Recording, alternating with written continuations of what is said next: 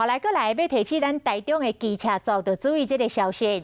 台中后火车头边仔的大智路，按算8月底就会来拍通。即摆讲将做机车族免费的大型的停车场，警方经过1礼拜外的劝导，再去开始开单路。所有违规停伫大智路的机车，拢互开罚单600块。这个礼拜4了后，阁要配合着交通局，甲违规的车辆总拖走。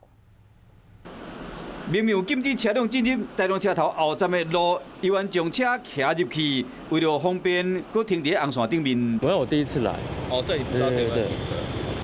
看到双边乌托邦拢有开单，赶紧徛走，想要将车停伫还未开通的大智路，而且所有乌托邦拢有开单。这边不可以停车，你知道吗？我不知道。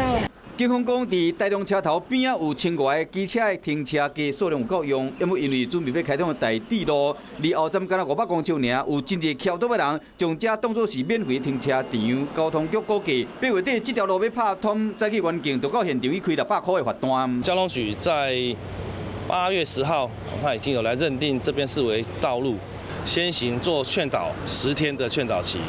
那定在8月17号开始的8点开始执法。